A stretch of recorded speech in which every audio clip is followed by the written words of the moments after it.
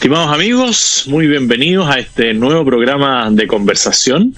Hoy estamos con un amigo, porque ya he estado un par de veces con él, que al menos a mí me sorprende por la fuerza, con la energía que tiene para defender, para argumentar. Y su trayectoria lo precede porque ya ha escrito 15 libros, 4 de ellos han sido bestsellers. Aquí en Chile conocemos más uno de los libros, que este que tengo aquí y que se los recomiendo de verdad, que es El Libro Negro de la Nueva Izquierda. Un libro muy interesante de leer y que además va develando cómo ha actuado la izquierda en el último tiempo después de la caída del muro de Berlín. Y estoy hablando de Nicolás Márquez, a quien le quiero agradecer la posibilidad de conversar para analizar este tema y otros más de este mundo moderno o progresista, como le dicen algunos, pero que cada vez vemos que es un mundo más cavernícola o cavernario en cómo trata a las personas. Nicolás, muchas gracias por aceptar la invitación a esta conversación. Sé que van a haber muchas personas muy contentas de poder escuchar lo que tú vas a plantear y también de verte en este streaming. ¿Qué tal, José Antonio? Estoy muy feliz, muy honrado, muy gratificado. Yo siempre te pongo como ejemplo en América Latina hago un parangón de tu liderazgo respecto del que Santiago Abascal tiene en España con Vox, y hay que tener mucha valentía, mucha convicción como para irrumpir en el medio de una suerte de democracia pactada, donde los partidos políticos, los dos principales, más o menos son funcionales entre sí, y con mucha convicción y energía aparecen terceras fuerzas, y vos encarnás una que no solamente es un ejemplo para Chile, sino que es un ejemplo para todos los que estamos en la misma línea en América Latina. Y además, bueno, tuve el honor de conocerte, si mal no recuerdo, el año pasado, y ahora las tecnologías y los tiempos que nos dan la pandemia me permiten saludarte nuevamente. Cuando me llamaron para hablar contigo, para mí fue una gran alegría. Bueno, muchas gracias. Reconocimientos inmerecidos porque aquí hay todo un equipo trabajando. Pero te quiero preguntar primero por este gran libro que escribiste con Agustín Laje, un joven que también, quizás después de conocerte a ti y de ir conversando, se han transformado en una dupla impresionante de argumentación en base a la razón, en base al sentido común. ¿Cómo nace la idea de escribir este libro? ¿Y este es uno de los libros que a ti más te gratifica? ¿O hay algún libro que tú digas, mira, este otro libro, aparte de este que conocemos más en Chile, es algo que realmente a mí me interpreta plenamente como quedó? A veces uno queda contento con una obra que realiza. Este es uno de ellos, hay otro, pero ¿cómo nace este libro? Bien, este libro nace, la idea original en el año 2015, cuando con Agustín lo que pretendíamos era, al advertir la mutación de la izquierda, como vos bien dijiste, después de la caída del muro de Berlín, después de un montón de tropiezos y fracasos, la nueva izquierda se empieza a reciclar. Y se empieza a reciclar a través de diferentes máscaras. Una es el indigenismo, otra es el ecologismo, otras son los derechos humanos, donde la izquierda está ahí metida y en donde claramente no cuestionan los derechos humanos que eventualmente pudieron haber sido violados por la derecha, pero nunca jamás van a meterse ni con Fidel Castro, ni con las guerrillas, etcétera. Es otra de las caretas que tienen. Otra de las caretas, y esto afecta sobre todo a Europa, es el multiculturalismo, y la careta a la cual nos hemos dedicado es la ideología de género. La idea originaria era hacer un capítulo por cada una de estas facetas. Empezamos con la ideología de género y hacer un capítulo de 50, 60 páginas cada ítem, pero nos dimos cuenta de que era imposible. La ideología de género era un asunto tan complejo que merecía un libro completo. Y nos habíamos comprometido a hacer otros libros sucesivos en función de los otros temas que habían quedado pendientes. Lo que pasa es que nosotros jamás pensamos ni sospechamos que este libro iba a ser el boom en toda América Latina que significó. Incluso está traducido al inglés, editado en Estados Unidos, traducido al portugués, editado en Brasil, y en prácticamente todo el continente. Nosotros le teníamos tan poca confianza a la venta que mandamos a hacer 1000 libros la primera tirada. Modestamente lo presentamos en Argentina, en algunos lugares, parecía que no, en el 2016, que no nos entendían muy bien, hasta que nos empiezan a invitar a Uruguay, a Perú, y ya les explotó todo lo que es el feminismo, todo lo que tiene que ver con el lobby LGBT, todo lo que tiene que ver con el aborto, con una agenda brutal, y el libro empezó a recorrer todo el continente, y nosotros a la vez viajábamos presentando y defendiendo el libro. Así que, como dice el autor mexicano Roberto Gómez Bolaño, como decía su personaje El Chavo, fue sin querer queriendo. Nosotros no queríamos, no pensábamos, no visualizábamos todo eso. Nos llevó varios meses hacerlo, casi un año, y lo editamos, lo presentamos en Buenos Aires en abril, mayo del 2016. Y bueno, y después se generó toda una seguidilla de publicaciones, de ediciones, de reediciones, que nunca... y en España, recorrimos toda España también. Así que no me preguntabas por los libros que más me gratifican. Desde el punto de vista del éxito, este ha sido por lejos el más taquillero. Pero yo soy tengo una tendencia natural al revisionismo histórico, entonces he hecho libros revisando al dictador Perón, al Che Guevara, y episodios históricos, que es un poco lo que yo siempre hice, fue refutar propagandas institucionalizadas, propagandas oficiales. Ahora estoy escribiendo un libro sobre lo que fue el conflicto armado entre la guerrilla argentina de los montoneros, etcétera, contra los militares. Hay 3.000 militares presos y ni un solo guerrillero preso. Entonces yo no es que avalo el daño que pudieron haber hecho los militares, pero trato de poner en la balanza un poco equilibrar eso. Así que eso es lo que más me divierte hacer. Este libro lo disfruté, pero lo que yo más me motivo, más me conmueve, con lo que más me comprometo, me concentro, es con ese otro tipo de libros. Esto fue un episodio insospechado desde todo punto de vista. Insospechado, pero muy útil y muy oportuno para el momento en que sale publicado, porque efectivamente esto como que de un día para otro explota, a mi juicio porque ya venía con una preparación y un trabajo subterráneo, infiltrando organismos internacionales, infiltrando la cultura.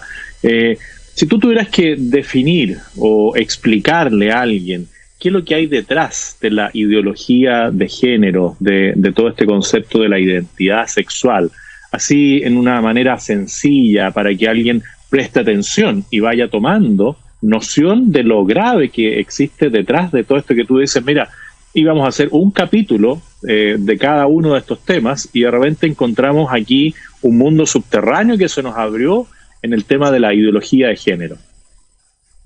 Mira, en el siglo XX la izquierda quería tomar el poder por la vía armada. Entonces, ¿cuál era el gran enemigo de las guerrillas, del terrorismo, de ese tipo de organizaciones? El MIR en Chile, Montoneros en Argentina, el Tupamaros en Uruguay, Sendero Luminoso en Perú, la FARC en Colombia. O sea, hubo una invasión continental que el cuartel general era La Habana.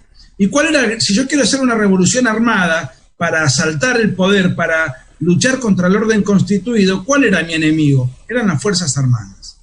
Entonces aquello era un conflicto armamentístico entre la guerrilla y las Fuerzas Armadas. Ahora, una vez que cae el muro de Berlín, que la izquierda se queda sin argumento y que encima son derrotadas por las Fuerzas Armadas de sus respectivos países, la izquierda dice, bueno, vamos a hacer ahora una revolución cultural. No una revolución armada, porque ya hemos fracasado, sino una revolución cultural.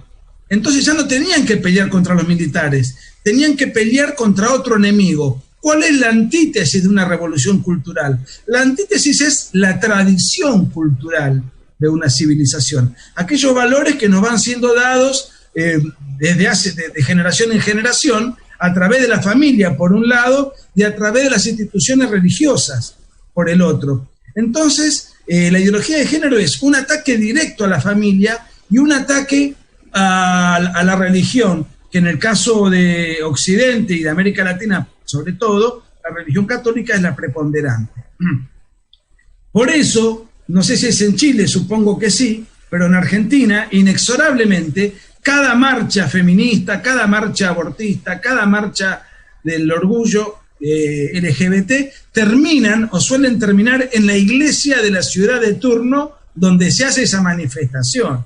Entonces lo que se busca es, como ellos le llaman, deconstruir el concepto de familia y buscar como enemigo político institucional a la iglesia. Ya no son las Fuerzas Armadas, el enemigo ya no es un coronel, no es un brigadier, el enemigo es el sacerdote y todo lo que ello implica desde el punto de vista institucional y simbólico, ¿no? Y dentro de estas caretas... Sí. No, que dentro de estas caretas que tú mencionabas, del multiculturalismo, del globalismo, del feminismo, también debe estar el ambientalismo radical, el animalismo radical, son distintas caras de una misma situación que plantea la izquierda de buscar el dolor de alguien, la emoción de alguien, la supuesta dominación de unos sobre otros. ¿Cómo esto lo van ellos estructurando? ¿Cómo van desarrollando esta teoría para enfrentar o unir, ¿no es cierto?, todos estos conceptos que están ahí en el ambiente? Yo creo que la izquierda vive del conflicto. Si una comunidad política vive en armonía, en paz, y las clases sociales viven esa armonía, y además prosperan, que esto es lo que ha pasado en Occidente, es decir, un obrero en Miami vive 700 veces mejor que un obrero en Cuba, un obrero de Alemania federal vivía 700 veces mejor que un obrero en Alemania comunista, y así sucesivamente. Entonces me parece a mí que ese contraste, ya no, el conflicto que ellos siempre plantearon, que era el materialismo dialéctico, consistente en enfrentar clases sociales, en ese sentido el occidente capitalista los aplastó, los dejó sin argumentos. Como ellos viven del conflicto, bueno, tenemos que generar nuevos conflictos, y los van acomodando en función de cada país. Por ejemplo, el epicentro del indigenismo, donde buscan enfrentar la cultura aborigen con la cultura europea, es Bolivia. El epicentro del ecologismo, por las características geográficas que tiene ese país, es Brasil, y donde además lo que buscan es culpar a las empresas establecidas como cultoras de un desarreglo ambiental y como responsables. Entonces luchan contra el capitalismo desde esa perspectiva. La política de derechos humanos es la más vieja, la más antigua, porque lo que han buscado es reivindicar a la guerrilla y al terrorismo y poner contra las cuerdas a las Fuerzas Armadas. El multiculturalismo en Europa lo que busca es destrozar una tradición propia de la Europa occidental y llenarla de cultos, razas, usos, costumbres, religiones totalmente antagónicas. A mí no me parece mal que una persona quiera ir a vivir a Europa y que tenga otros valores, está en su derecho. Lo que pasa es que acá no se busca que una persona que va a Europa conviva en esa comunidad, lo que se busca es reemplazar una cultura por otra, una idiosincrasia por otra. Entonces me parece que el conflicto es lo que mantiene a la izquierda vigente. Otro tipo de conflictos que se dio en el concepto de América Latina, pero que ha fracasado y por eso han resurgido, o mejor dicho, apareció en escena esta metamorfosis. El último intento fue el proyecto bolivariano, el proyecto chavista, que ellos le llamaban socialismo del siglo XXI. Eso ya no tiene vigencia. Entonces aparecen ahora con fuerza estas nuevas tendencias. Ya nadie cree en el chavismo ni en Nicolás Maduro, nadie toma en serio a estos personajes. Además han perdido a Evo Morales en Bolivia, han perdido a Rafael Correa en el Ecuador. ¿Qué les ha quedado? Una Venezuela diezmada, destruida, envilecida, empobrecida en lo cultural, en lo económico, en lo institucional, lleno de venezolanos por todo el continente escapando del totalitarismo y la miseria, ya no puede ser ese proyecto una alternativa para presentarle a la sociedad. Entonces aparecen todas estas tendencias que para mí tiene que ver con un mismo concepto. Lo que pasa es que la manera de presentarse, los colores, los símbolos, las proclamas, van variando en función de cuál sea ¿cómo podríamos decir?, el packaging que esos pretenden vender. Bueno, en Chile pasamos por todo lo que fue la ley de identidad de género, impulsada finalmente y lamentablemente por el actual gobierno de Sebastián Piñera, que no resistió la tentación de tomar la estatuilla del Oscar por una película denominada La Mujer Fantástica, que claramente no era una mujer y tampoco era fantástica.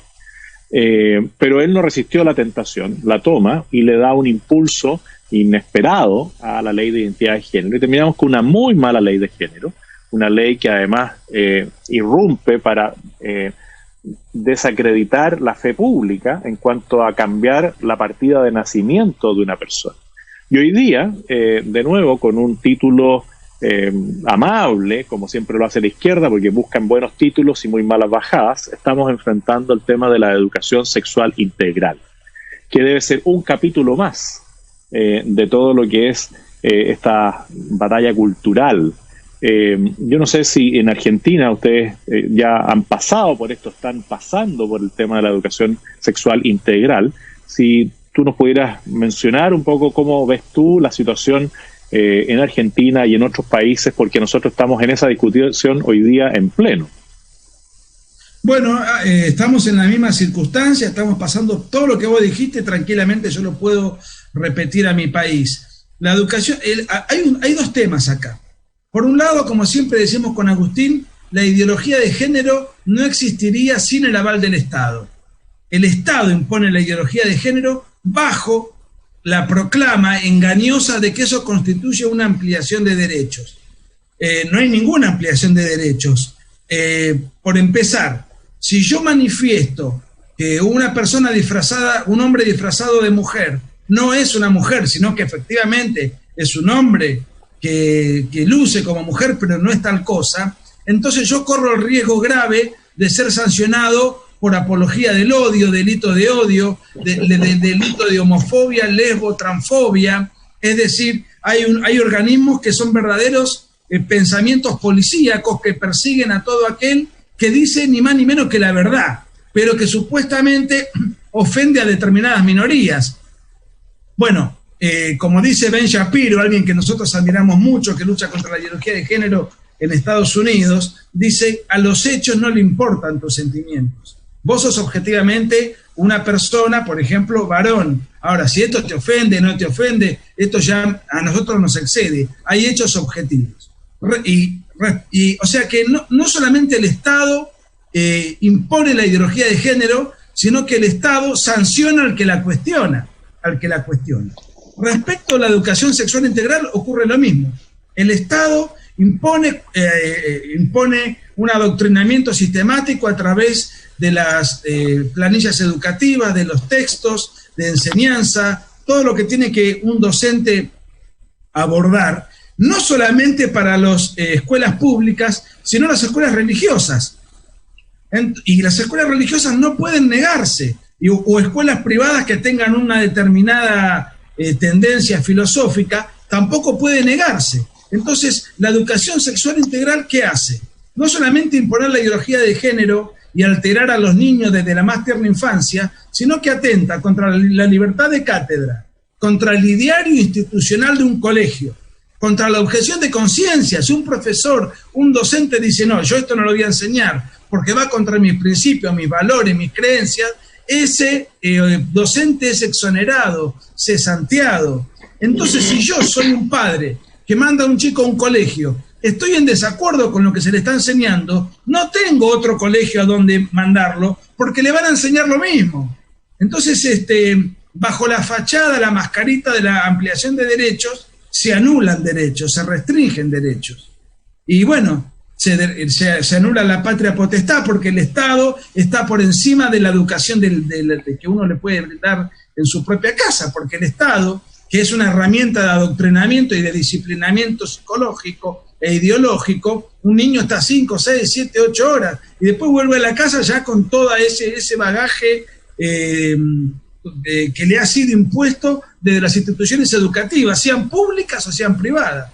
Y quiero aclarar una cosa, porque por ahí yo me entusiasmo y hablo mucho, que tiene que ver con lo siguiente. Vos dijiste, esto se impulsó durante el gobierno de Piñera. Bueno, todo esto que nosotros estamos señalando, o que yo estoy señalando y compartiendo contigo, se impulsó durante el gobierno de Macri.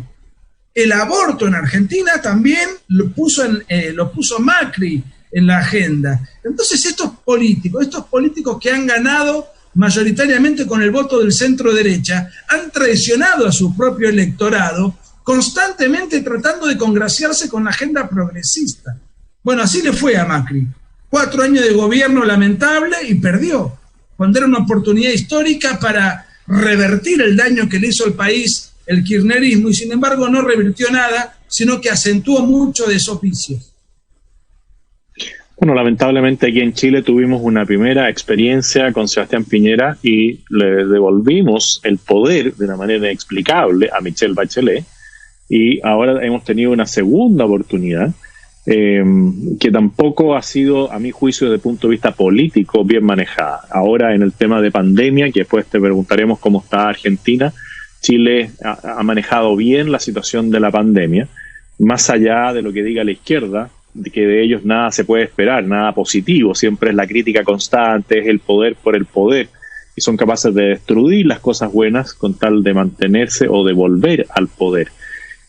Y cuando nosotros vemos esta verdadera batalla por la libertad, ¿qué antídotos o con qué herramientas las personas que generalmente no se han involucrado en esto, porque dicen, bueno, están los políticos que nos van a defender, están los intelectuales que van a pensar, están los académicos que van a educar, pero no se dan cuenta de que en el intertanto los políticos se vendieron, muchos de ellos, a la ideología por mantenerse en el poder, que los académicos ya fueron totalmente desplazados, los que no pensaban igual, y ya no va quedando más que la misma familia, las personas individualmente consideradas. ¿Con qué herramientas tú les aconsejarías a las personas de bien, a las personas que ven y quieren decir la verdad, pero son sancionados, como bien dices, partir desplegándose para poder levantar nuevamente la voz? Bueno, muy interesante lo que vos planteás. Yo diría lo siguiente. Hace 10 años, una persona promedio veía 5 horas de televisión por día. Un individuo promedio. Hoy ve menos de 2 horas de televisión por día. ¿Por qué? ¿Cuál es la importancia de esto? Que todos los medios comunicacionales del establishment del sistema están absolutamente infectados del progresismo cultural. Sin embargo, las redes sociales constituyen un elemento alternativo formidable que es manejado por los sectores de centro derecha de una manera muy superior a los de izquierda. ¿Por qué razón? Porque los sectores de izquierda no se han ocupado ni preocupado por las nuevas tecnologías comunicativas, porque ¿para qué? Si ellos tienen los diarios, tienen las radios, tienen la televisión. En cambio, los que estamos en oposición a esto, ante la ausencia de acceso a esos medios, hemos aprendido a usar memes, a usar el Zoom, a usar Instagram, a usar Twitter, a usar Facebook, a hacer una guerrilla comunicacional con mayor ingenio, con mayor creatividad que la izquierda. Entonces, y esto me consta, y lo hemos vivido, si mal no recuerdo, en Chile y en toda América Latina, los jóvenes 20, 22, 25 años que van a nuestras charlas tienen ese promedio de edad. Son chicos que se rebelan contra una imposición dogmática y están buscando desesperados, con mucha avidez, un pensamiento alternativo. Entonces yo creo que tenemos que hacer uso de esos mecanismos de penetración para contrarrestar a las hegemonías del establishment comunicacional. Donald Trump es un ejemplo de eso. Él ganó gracias a las redes sociales. Si tenía todos los medios comunicacionales en contra. Después uno puede estar de acuerdo o en desacuerdo con Donald Trump, no importa. Lo que yo quiero ir, a donde yo quiero ir es a que todos los medios de comunicación lo destrozaban, los medios de comunicación del establishment, y él a partir de la guerrilla comunicacional pudo dar batalla y pudo ganar. Antes uno era un sujeto pasivo. Cuando tú estudiabas, cuando yo estudiaba, yo tenía al profesor que me bajaba una doctrina. Los textos que él me daba para estudiar me bajaban en una manera de pensar. Los diarios que eran de papel, los cronistas bajaban una línea. Y así, y alguien que tenía acceso a la televisión hacía lo mismo. Entonces, uno era un sujeto pasivo. Consumía lo que ya le daban impuestos. En cambio ahora uno es un sujeto interactivo. Si un cronista de un diario dice una tontería, yo puedo por Twitter o por cualquier otro medio pelearme, discutir con ese cronista. Abajo de su nota postear y retrucarlo. Si uno en televisión dice algo y se está contradiciendo con lo que dijo hace 2 años, puedo armar un collage de videos y ridiculizarlo y dejarlo en evidencia. Eso antes no teníamos acceso. Yo estoy muy entusiasmado porque si bien el panorama es muy desalentador, tenemos un montón de herramientas para ir revirtiendo eso. Entonces yo en ese sentido creo que nosotros tenemos que usar las redes sociales. Las redes sociales van reemplazando progresivamente a los sistemas de comunicación tradicionales, que dicho sea de paso, muchos ya están desapareciendo. El diario de papel, por lo menos en Argentina, ya es cada vez, está perdiendo terreno, no se compra, no se usa, todo es cibernético. La televisión está perdiendo terreno a raíz de los canales de YouTube, de otro tipo de... O sea, yo estoy muy entusiasmado y veo que hay una juventud conservadora que antes era impensable. Hace unos años el conservadorismo, por lo menos en Argentina, era propio de ancianos nostálgicos. Ahora hay un furor militante en toda la región y yo me siento muy, muy esperanzado, ¿no? Bueno, es un buen concepto ese militante rejuvenecido, ¿no es cierto?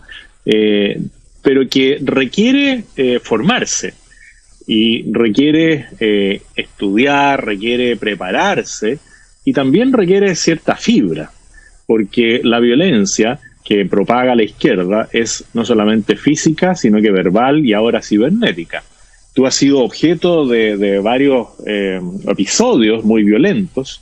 Yo seguí parte de tu gira por España y ahí claramente el LGTBIQ, etcétera, etcétera, genera una tensión y ellos no van por la argumentación, ellos van por la violencia y porque acallan a las personas que piensan distinto a través de esta violencia. ¿Cómo se enfrenta? O sea, yo también la he vivido y uno trata de enfrentarla con la calma, con la inteligencia emocional del momento, pero aquí tenemos que tener claro que la izquierda en eso no ha cambiado, sigue siendo la misma izquierda violenta.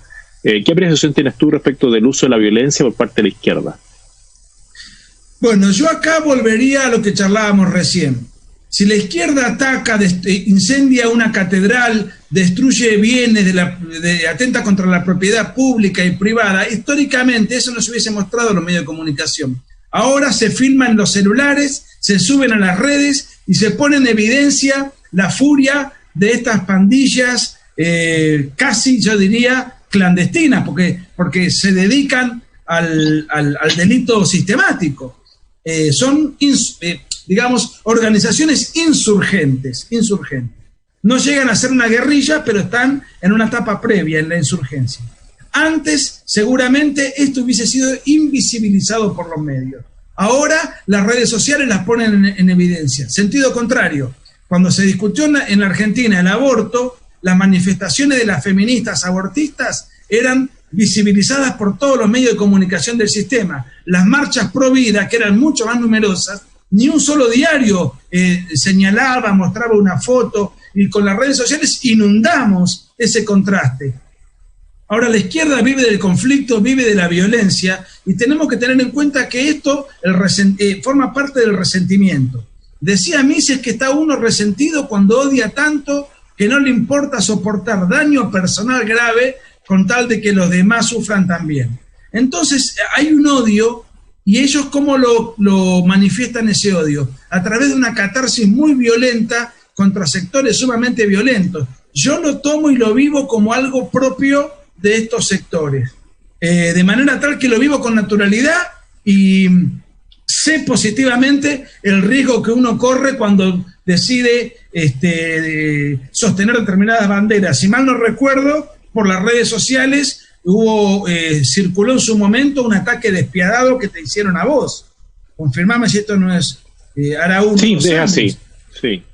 Muy bien, yo no sé si los medios del sistema le dieron mucha preponderancia a eso, pero yo a través de las redes sociales vi videos de todo tipo que escandalizaban a cualquier persona, y eso tiene que ver con las tecnologías que disponemos nosotros, que son inferiores, pero van creciendo. Entonces podemos dejar en evidencia la violencia de estos energúmenos a través del celular, de YouTube, de la viralización, del WhatsApp. O sea, tenemos ahora mecanismos que nos van a permitir cada vez con mayor ahínco ponerlos a ellos como los violentos y a nosotros como gente que piensa distinta, que en definitiva de eso se trata. Nosotros no somos violentos, nosotros lo que traemos son argumentos y lo que pedimos es libertad de expresión, que también nos es vedada. Bueno, tú dentro de esa libertad de expresión has escrito varios libros donde pones de manifiesto lo que es la historia verdadera de ciertos personajes. Yo tengo aquí 2 libros, uno que se llama El libro negro del comunismo, donde uno puede ver la cantidad de muertos que cargan sobre sus espaldas. Y tengo uno que no es el tuyo, pero que requiero el antídoto, que ya lo voy a adquirir, que dice La vida por un mundo mejor, el Che Guevara. Este libro lo compré en una librería claramente de izquierda. No, perdón, este libro me lo regalaron para que pudiera, es otro. Tengo 8 del Che Guevara allá arriba. ¿Cuál es el autor? Se llama Pancho O'Donnell. Sí, Pancho O'Donnell. Es un argentino. Bueno, claro, pero tú escribiste otro libro donde revelas quién era de verdad el Che Guevara. Y si tú nos pudieras hoy día explicar también un poquitito, porque uno ve muchos jóvenes, no de estos jóvenes que se han preparado, sino que jóvenes que se han comprado el discurso, la consigna de la izquierda, y que han mitificado a este personaje como que fuera una especie de héroe, y usan unas poleras, ¿no es cierto?, y usan vestimenta similar al Che Guevara. Pero ¿quién era de verdad el Che Guevara? Tú sabes que mi primer libro editado en el exterior fue en Chile. Una editorial que se llamaba Editorial Malle, que dirigía un exministro, Alfonso Márquez de la Plata, que creo que ya no está con nosotros. Él editó mi libro sobre el Che Guevara, pero por cuestiones editoriales con otro nombre. Se llamaba La historia de un fracaso. La realidad es que cuando Guevara va a pelear al África, en su diario personal, cuando él se va frustrado, él pone, esta es la historia de un fracaso. Y la realidad es que la historia de un fracaso es la historia del Che Guevara. Es una suerte de, toda su biografía es la historia de un fracaso. Entonces se llamó así. Y de hecho lo fui a presentar, me acuerdo, estamos hablando del año 2010, ¿no? El Che Guevara, tenemos que situarnos en un contexto. Él nace en 1928, nace de manera, como se dice, de apuro. Nace estando su madre embarazada. Su padre y su madre se casan estando ella embarazada. Hoy sería un episodio casi anecdótico, pero en aquella época era un escándalo, porque aparte Ernesto Guevara de la Serna era un personaje de la aristocracia argentina. Sus familias venían de un abolengo. Ahora, sus padres, por diferentes motivos, se empobrecieron, dilapidaban sus fortunas en el casino, en fin, no trabajaban, tenían toda una serie de desarreglos familiares. Ernesto Guevara tuvo 4 hermanos, no podían pagar los alquileres de sus viviendas y se vivían mudando una vez por año. Entonces Guevara, por ejemplo, desde que nació hasta que cumplió 19 años, se mudó 14 veces. ¿Qué tiene de importante esto que estoy contando? Que yo me meto también, le dedico un capítulo a la psicología y a las vivencias infantiles, porque él no tenía un lugar claro, un lugar físico concreto. Se mudó 14 veces en 19 años. ¿Cómo fue la vida del Guevara ya grande? Vivía viajando. Y del Guevara guerrillero, el Guevara guerrillero nació en Argentina, se fue a vivir a Cuba, se fue a pelear al Congo y murió en Bolivia.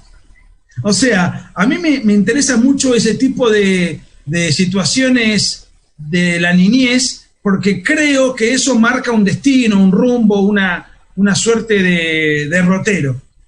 Y Guevara, su madre, era una católica ferviente, pero como queda embarazada antes de tiempo, antes del casamiento, su ambiente católico le da la espalda o le reprocha. Estamos hablando del año 1927. Entonces su madre se resiente contra la religión católica y le induce a Ernestito Guevara un odio contra la fe. De hecho, él era un ateo declarado, antirreligioso, etc. Su padre era un playboy, le gustaban las mujeres jóvenes, le gustaba el casino, tenía amantes varias, y era un personaje sin autoridad en su casa. Entonces Guevara nunca vio al padre como alguien representativo, como un referente, como alguien que te marca líneas, límites, etc.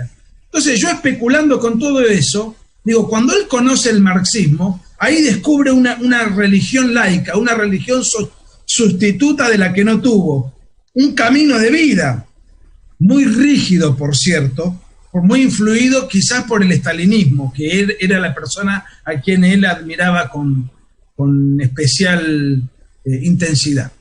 Ahora, cuando conoce a Fidel Castro, un líder decidido, definido, que daba órdenes, que era carismático, que lideraba, yo, especulando con eso, digo, bueno, acá él ve al papá que no tuvo. Tiene un jefe, un líder que le marca caminos, que le pone límites. Estas son especulaciones que yo hago en mi libro. Ahora, esto obviamente está sujeto a debate. Lo que no está sujeto a debate son los crímenes que cometió Guevara, porque el propio Guevara, en sus diarios personales, contaba cómo eran los homicidios que él mismo cometía. Por ejemplo, en Sierra Maestra, él comete de su puño materialmente 14 homicidios a gente de su propia tropa por indisciplina. Cuando se produce la Revolución Cubana, el Che Guevara comanda 2 campos de concentración.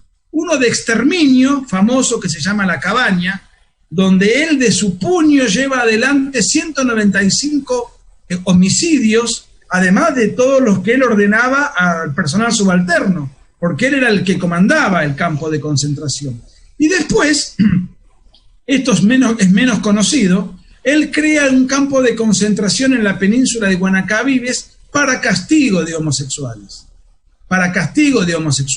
No para fusilamiento y exterminio, sino para rehabilitación.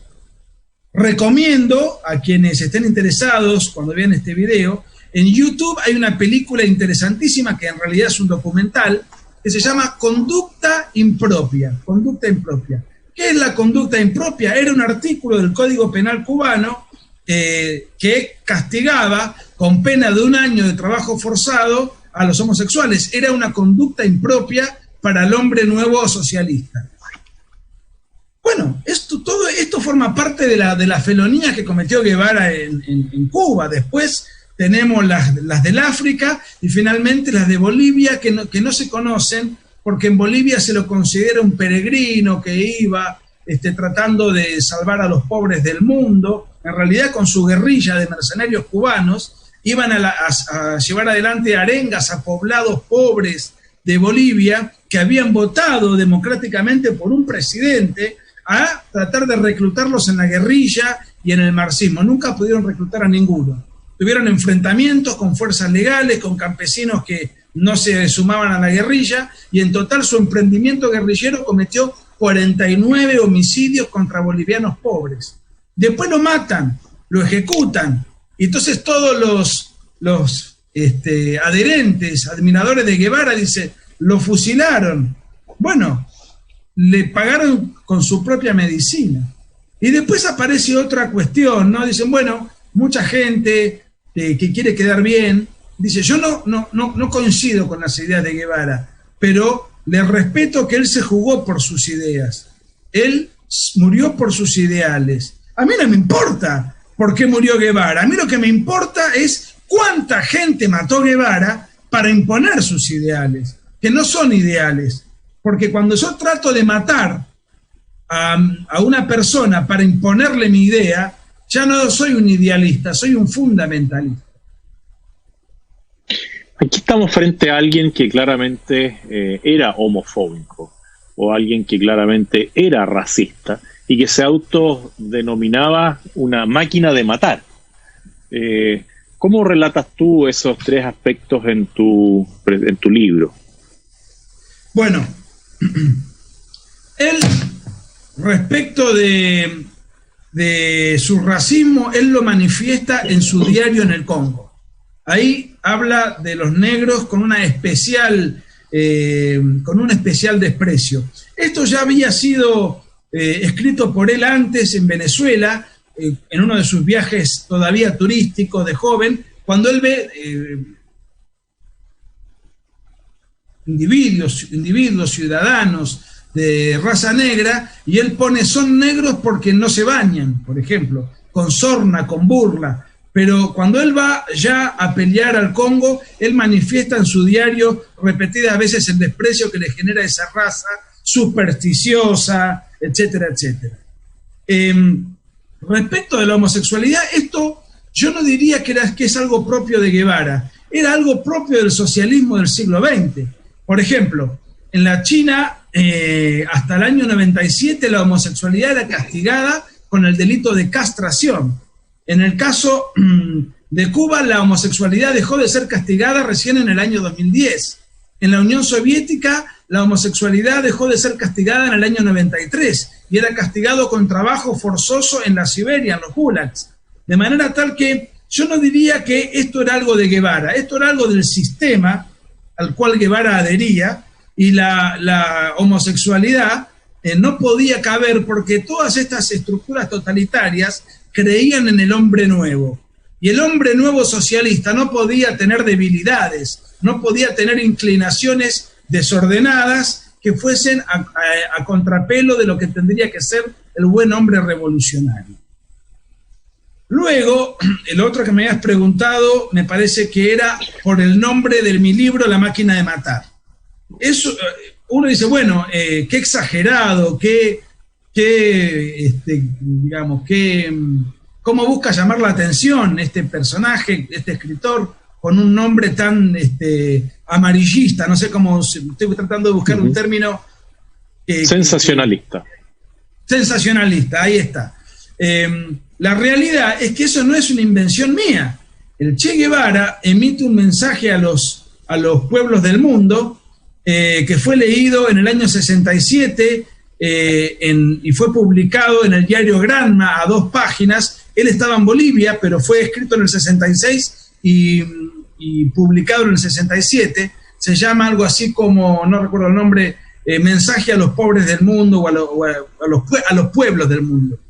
Donde él dice, tenemos que convertirnos en una selectiva y eficaz máquina de matar. Nuestros soldados tienen que ser así. El odio intransigente al enemigo debe convertirnos en una fría y selectiva máquina de matar. O sea que el título del libro, yo estoy utilizando expresiones de Guevara.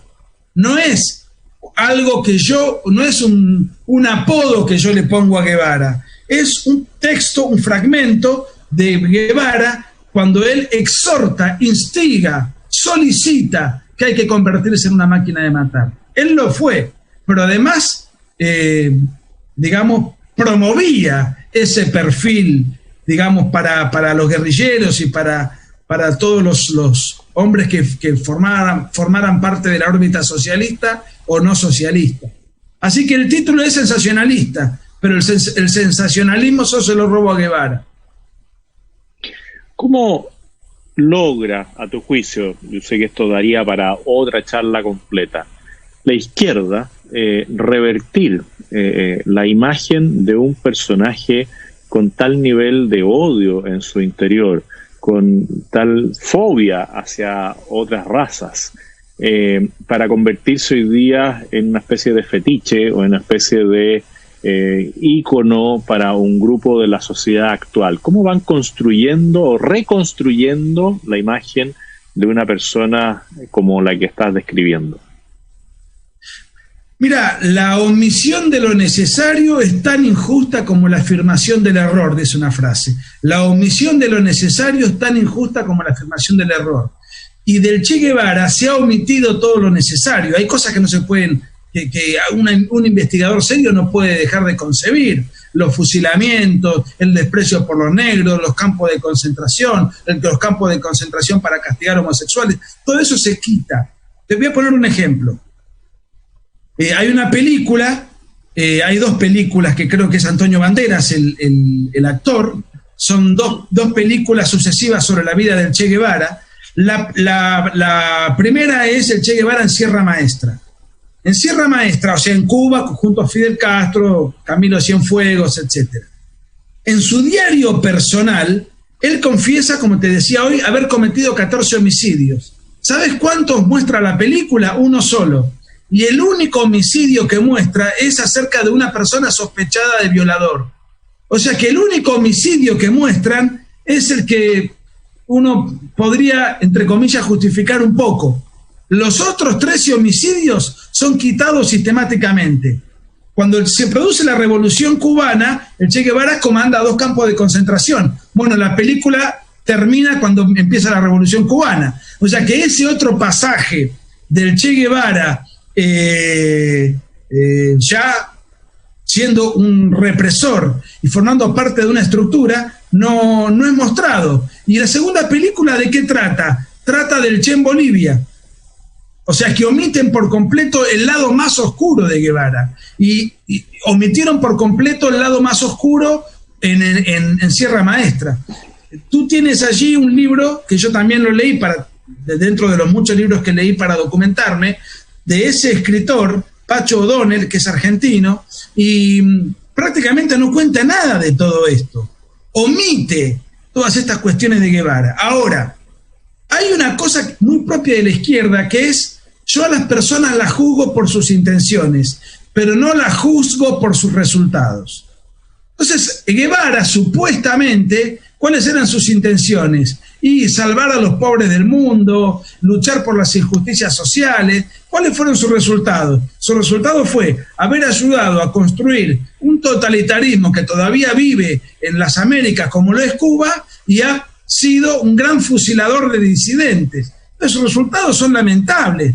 Entonces, desde lo ideológico y desde lo metodológico, el Che Guevara le ha hecho un gran daño a la humanidad. Pero como supuestamente todo eso él lo hizo en aras de salvar a los pobres del mundo, lo que hace la izquierda es: vamos a poner cuáles eran los objetivos de Guevara. No pongamos cuáles fueron los resultados, porque fueron confirmadamente desastrosos. Y en el caso de Guevara, por algo él ha sido un personaje tan relevante y sigue siéndolo, aparecen algunas cuestiones accesorias. Primero, muere luchando, entonces eso de morir luchando es mítico. El otro aspecto es que él murió joven. Morir joven marca un mito. Y los mitos del siglo XX, los más interesantes, más allá de que vengan de otras artes, los grandes mitos murieron jóvenes en la fama. James Dean, Marilyn Monroe, Eva Perón, Janis Joplin, Jim Morrison, cada uno en diferentes rubros, pero murieron jóvenes y además eran atractivos. Tenían rasgos fisonómicos atractivos. Todas las personas que nombré eran lindas desde el punto de vista estético. Y Guevara también era un personaje atractivo, fotogénico. En algunas fotos se lo ve particularmente llamativo. Bueno, Guevara, y además era de izquierda. Entonces murió luchando, era de izquierda, murió joven y murió y era una persona atractiva. Entonces él tiene todos los elementos para ser el mito perfecto. Y bueno, todo eso acompañado de una frondosa propaganda. Y acá hago una autocrítica a la derecha. La derecha nunca se encargó de desmitificarlo. nunca se encargó de estudiarlo y de difundir lo que él ha hecho. Entonces, bueno, por ahí yo no es que me quiera mandar, no quiero la vanagloria personal, pero bueno, yo hice ese trabajo y es un poco a lo que me dedico habitualmente. Y el Che Guevara es muy fácil de desarmar, porque, insisto, Guevara contaba y escribía todo lo que hacía. El problema que tienen los guevaristas, sobre todo los guevaristas que van a las marchas LGBT, el problema que tienen es que no saben quién fue Guevara. No se han tomado el trabajo de leer los propios trabajos que Guevara escribía sobre sí mismo, porque además tenía un ego impresionante. Pasarse la vida escribiendo sobre uno mismo, hay que realmente tener una gran autoestima. Bueno, pero ahí él cuenta todo. Si hay algo que yo no le puedo adjudicar a Guevara, es hipocresía. Hipócrita era, por ejemplo, Fidel Castro, que era un mentiroso crónico. Guevara no, Guevara contaba todo con detalles y de una manera muy frontal. Bueno, ahí también has dicho algo muy relevante en nuestro tiempo, que la derecha, en términos generales, o la centro derecha, que yo nunca he sabido describir bien quién es alguien de centro derecha, nunca levanta la voz y son parte, muchas veces, cómplices en el silencio de que la izquierda crezca. Tú estuviste en Cuba en algún momento y estuviste detenido en Cuba. Sí. ¿Alcanzaste a recorrer algo de Cuba o fuiste detenido llegando a Cuba?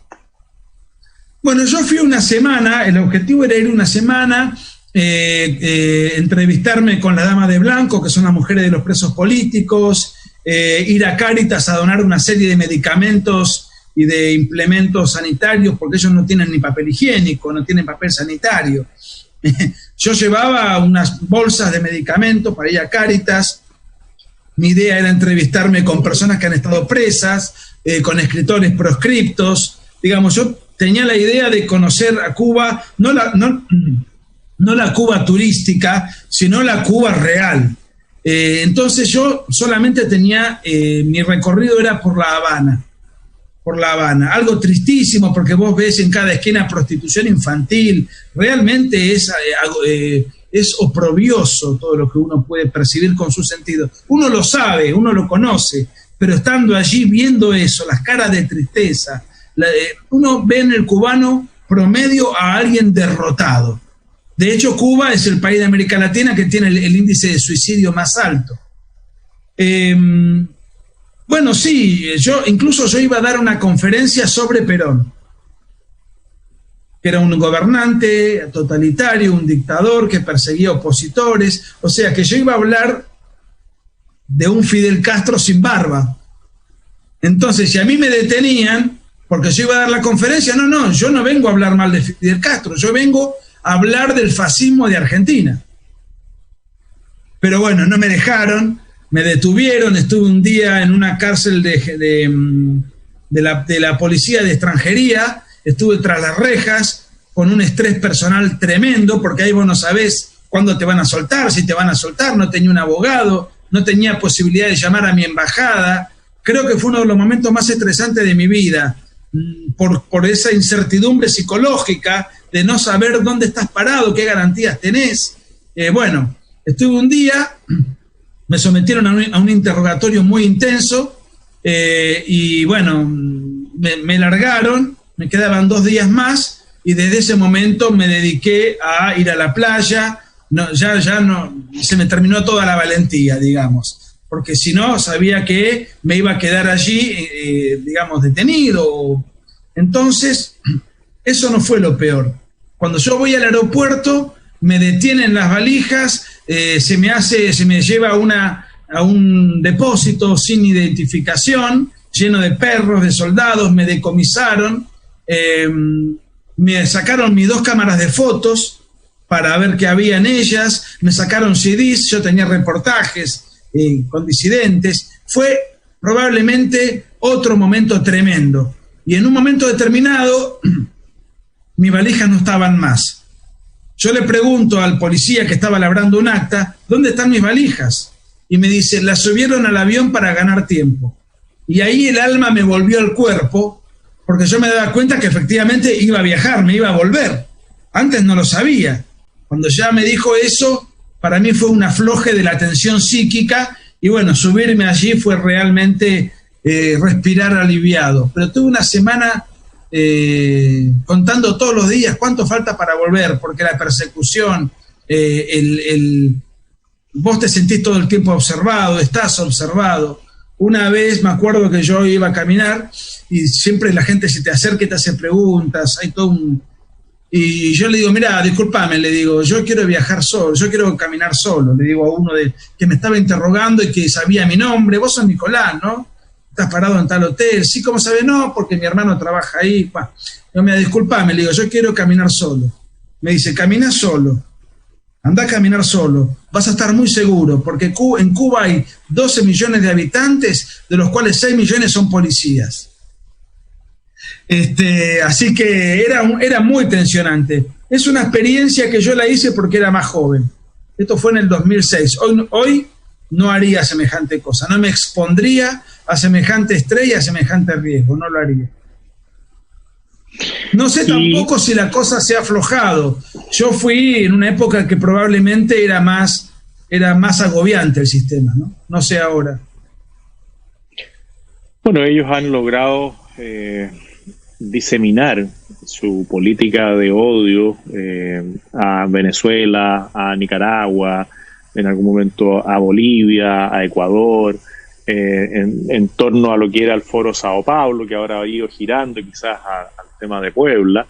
Pero ya como para ir cerrando y agradecerte todo este tiempo y toda esta ilustración que nos ha hecho en distintas áreas, si tú tuvieras que hablarle ahora a un grupo de jóvenes, a esos jóvenes que tú decías que eran esos nuevos aguerridos defensores de la libertad, ¿qué consejos le podrías dar a un grupo de jóvenes que tengan ese ideal de luchar por la libertad, de luchar por la vida, de luchar por su identidad verdadera, hombre, mujer? Bueno, 3 consejos: que se formen, porque para lanzarse a la militancia hay que tener, digamos, convicciones, y las convicciones uno las va adquiriendo, las va perfeccionando con la formación. Ahora, no solamente, después o sea, primero tener información, la información necesaria, luego procesar esa información, y eso es formarse, y después actuar en la universidad, actuar en la cafetería, actuar en el trabajo, divulgar, defender, difundir, y por supuesto las redes sociales. Pero para actuar y para tomarse ese trabajo y ese sacrificio y pagar un costo personal de que te insulten, de que en las redes sociales o en cualquier ambiente uno pueda ser increpado, para eso hay que tener la formación suficiente, porque quien no está convencido no va a disponer de su tiempo y de su estrés para luchar por aquellos ideales que uno abraza. Entonces, información, formación y acción. Y me quedé quería comentarte una anécdota de algo que vos dijiste que me rememoró, que vos dijiste, yo no conozco a nadie de centro derecha. Uno a veces usa esa palabra, pero es una palabra... Había un periodista argentino que lamentablemente murió, Carlos Manuel Acuña, y le dije, Carlos Manuel, ¿vos te considerás una persona de centro derecha? Y él me dijo, no, porque por el centro penetra la izquierda. Me pareció una respuesta muy elocuente.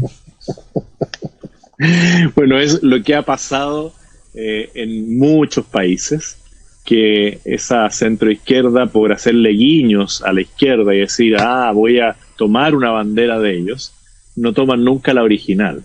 Y por ahí, claro, la izquierda va ganando mucho terreno.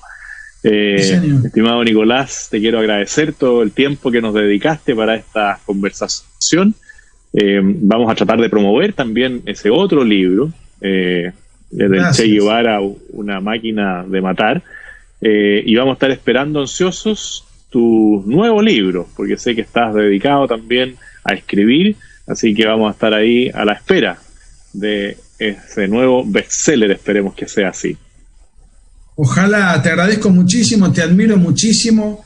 Tu liderazgo tiene que crecer, tiene que expandirse, no solo en Chile, sino en la región, porque sos un ejemplo de un verdadero caballero, de un hombre de bien y sumamente valiente. Si me dejás pasar un aviso parroquial, todos los que tú quieras.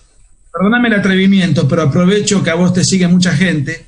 El viernes 3 de julio, a las 11 horas, voy a ser entrevistado en TXS Topic, una radio de Chile, TXS Topic. Me va a entrevistar un periodista que se llama Jaime Coloma. Bueno, nada, para quienes estén interesados, también voy a estar en Chile, comunicándome con Chile, el 3 de julio, país que admiro tanto y que por su orden, por su crecimiento, por lo que ha significado como un ejemplo en la región, y que lamentablemente con preocupación veo que los logros que tuvo Chile a lo largo de tantos años, después de la tragedia de principios de los 70 hasta el 73, después de esa tragedia, pudo realmente recomponerse. Incluso gobiernos socialistas conservaron gran parte de esa herencia de prosperidad, y lamentablemente en los últimos años veo con preocupación que todos esos logros van perdiendo terreno. Así que es necesario que figuras como la tuya emerjan, y yo te felicito y te lo agradezco. Bueno, gracias a ti, y estamos trabajando para que emerjan más figuras, porque al menos yo siempre soy una persona optimista y creo que el futuro en gran parte depende de nosotros. Si bien yo tengo esa mirada de que hay un Dios providente y que nada sucede sin que esté dentro de sus planes, ¿no es cierto?, respetando la libertad de cada uno de nosotros. Claro. Sí creo que si cada uno de nosotros nos esforzamos, como lo haces tú, como lo hace Agustín y tantos otros liderazgos positivos, nosotros podemos de alguna manera ir revirtiendo esta situación que parecería no tener un camino claro. Pero el sentido común, la verdad, la transparencia en el mensaje, la razón, nos terminan dando siempre vuelvo a reiterar, la razón del por qué seguir adelante. Así que, Nicolás, una vez más, muchas gracias por este tiempo que nos has dedicado, y estaremos atentos a esa entrevista este viernes 3 a las 11:30. Así que salga todo. Gracias por todo. Un gran abrazo. Si te gustan mis videos, si te gustan mis libros, si te gustan mis conferencias, yo ahora voy a estar abocado en este canal de YouTube a dar una serie de videos todas las semanas durante todo el tiempo. Ello requiere de tiempo, de preparación, además de todas las actividades intelectuales que uno lleva adelante. Si estás de acuerdo con lo que hago, si te sentís identificado y representado, ten en cuenta que estamos dando una batalla cultural contra toda la progresía, contra la agenda globalista. Y muy desigual. Nosotros no disponemos de fondos y ellos disponen de fondos ilimitados. Entonces te invito a que, si estás de acuerdo y podés, dame una mano. Tenés Patreon para colaborar con lo que puedas y de esta manera poder facilitar que todo este trabajo y todo este esfuerzo siga siendo posible. ¿Dónde está? ¿Cómo haces para poder colaborar? Bueno, en la descripción del video ahí está el link de Patreon. Con lo que puedas. Todo suma y todo sirve para que este trabajo que vengo realizando dé sus frutos. Un abrazo.